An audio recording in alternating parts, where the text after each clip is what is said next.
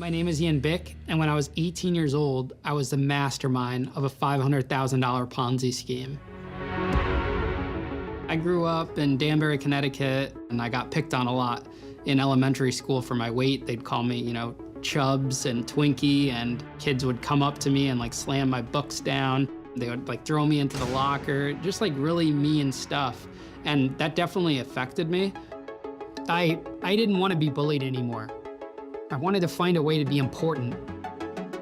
My dad would give me 20 bucks for school lunch, and I would take that money, go to the local CVS, and buy candy, gum, energy drinks to sell to kids.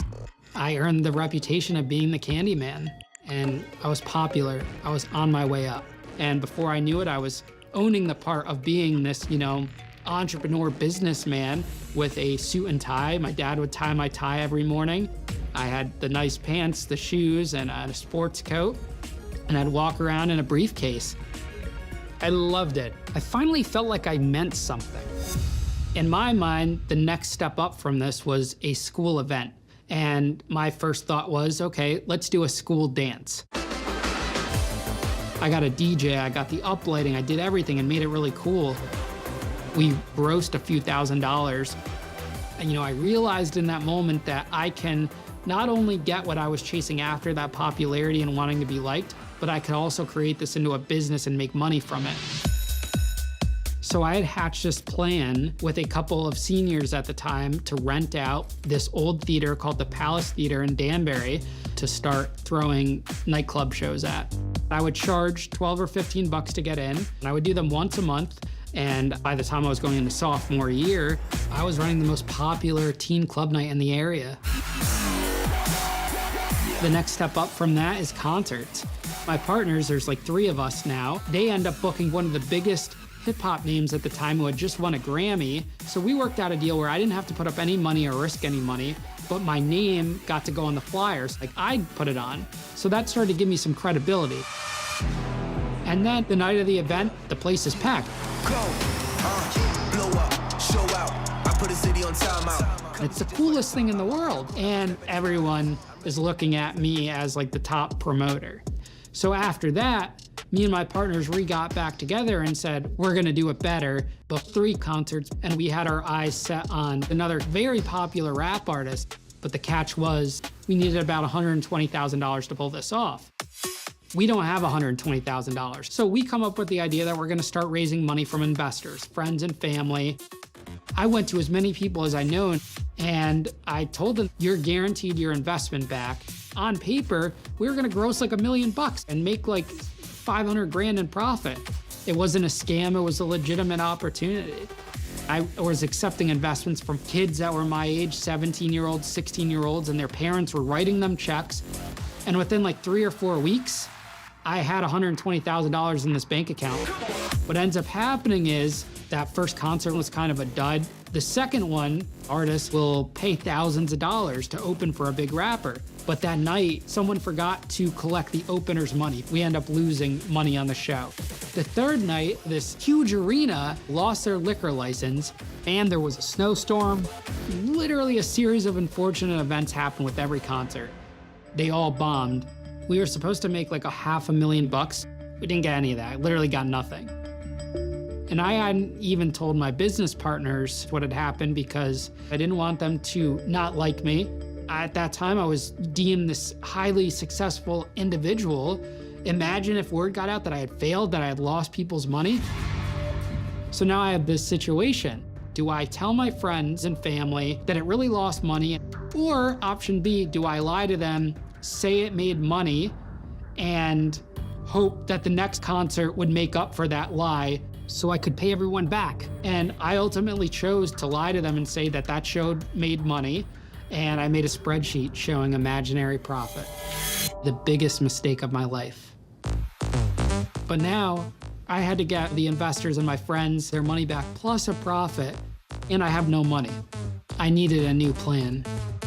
So when you can't get money from regular people and you have no credit to go to a bank, me backed up against a wall, I decided to borrow money from local drug dealers. These guys had 5 or 10 grand that they would give to me, and I would just take from one to pay off the other and keep flipping it. So all I'm doing is taking new loans in and paying off old loans. So in my mind, I'm thinking, okay, I could borrow money from Peter to pay Paul, which I didn't know was an actual crime. I had no idea that was a Ponzi scheme. We didn't learn about that in high school. So a Ponzi scheme is when you take money from one investor and pay off another investor, but you're not actually using the money to invest into anything. You're just taking the money from one person to pay off the other. There's no tangible asset. So now all of my focus is on, okay, I need to pay back these drug dealers. So there was this head of this motorcycle club, and I say, listen, I need to borrow money, and I just need as much as you could give me. And he comes back like 20 minutes later with a pillowcase, and he dumps 60 grand on this table. And he looks at me, and when he gives me that money, he's like, listen, if you don't have this money back, I'm going to fucking kill you. And it was definitely the most frightening moment of my life. Now the pressure's really on. I'm 18 years old. I owe $1.3 million to bikers, drug dealers, friends, family. Everyone's blowing up my phone, like, where the fuck is my money? Get me my fucking money. I'm fighting for my life, and everything's closing in. Some people even showed up to my parents' house. Like, I'm in constant fear, literally all the time. So one day I'm at this club with John, one of my best friends at the time. The head of the biker club comes in, and he's followed by another one of his guys. They walk in, lock the door. And the main guy, the head of the club, the president, pulls out a gun and points it at us, and he is mad. He's like, we're gonna go down in the basement and have a little chat. In that moment, I'm like, we're dead. Like, we're literally getting killed. We get down, and there's a desk, and then there's a chair, and then the little lamp, like a little interrogation room, but in this cold basement. The main guy, he pulls out a screwdriver.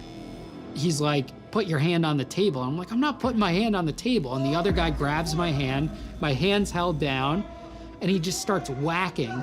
He's just like, smash. Where's the money in? Smash. Where's the money in? Another whack.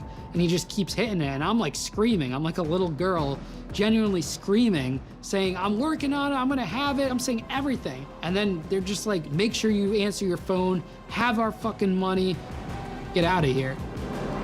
I knew that they were capable of hurting me, and that, you know, shit's real, I gotta figure this out, or end up dead. I finally go to my family's attorney and tell him everything that happened. The drug dealers, this and that, because I have no one else to go to. And he mails a letter to all of our investors saying, hey, no more communications with Ian, you'll be dealing directly with me. WB Investments has experienced financial problems, we'll get back to you. So imagine being an investor, they're pissed. So they start going to the local police to report that Ian Beck stole hundreds of thousands of dollars from everyone. And that's when the investigation begins. Once the bad guys, the shady figures, the bikers, and the drug dealers got wind that the FBI was investigating, they completely backed off and left me alone because they didn't want to get caught in the crosshairs. It was the FBI investigation that honestly saved my life. So it was like January 9th or 10th, 2015. I'm hiding out at my parents' house, and all of a sudden there's just like a loud banging on the door that wakes me up. And I quickly jump out of bed in my boxers, and I go straight for the blinds and look out the windows.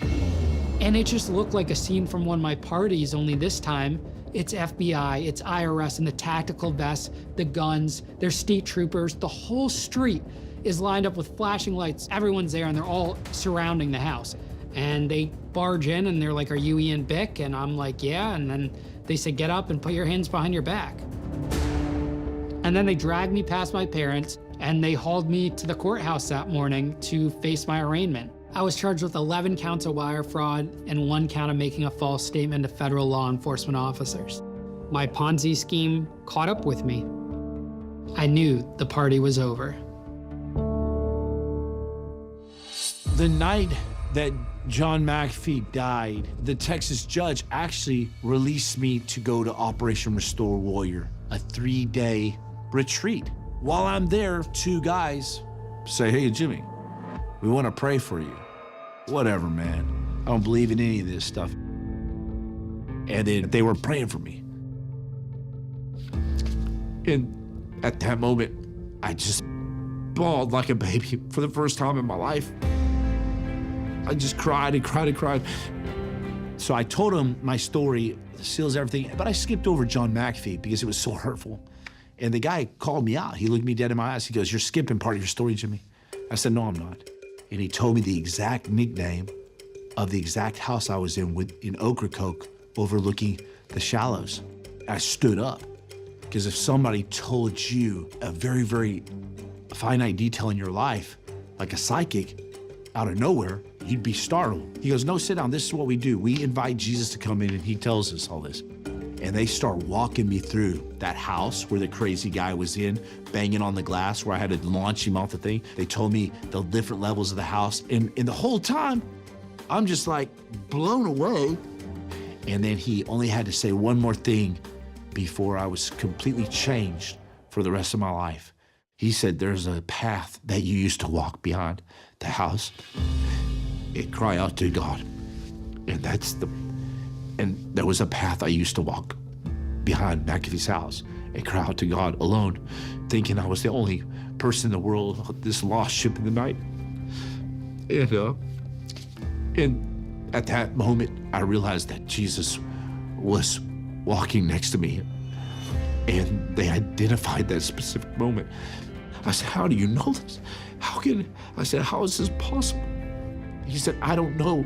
He goes, "All I know is Jesus said to keep answering you until you believed." I don't know what happened, but my life was changed. It was a new lease on life.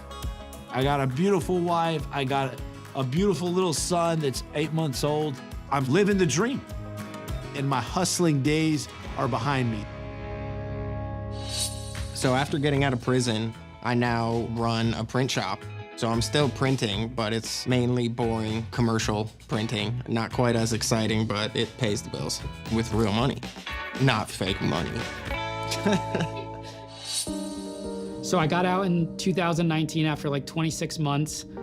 I think there's a lot I learned from my story. I think you have to be honest, in business and everything. So I've learned about thinking about the consequences of actions and how I'm gonna redeem myself and how I'm gonna pay everyone back.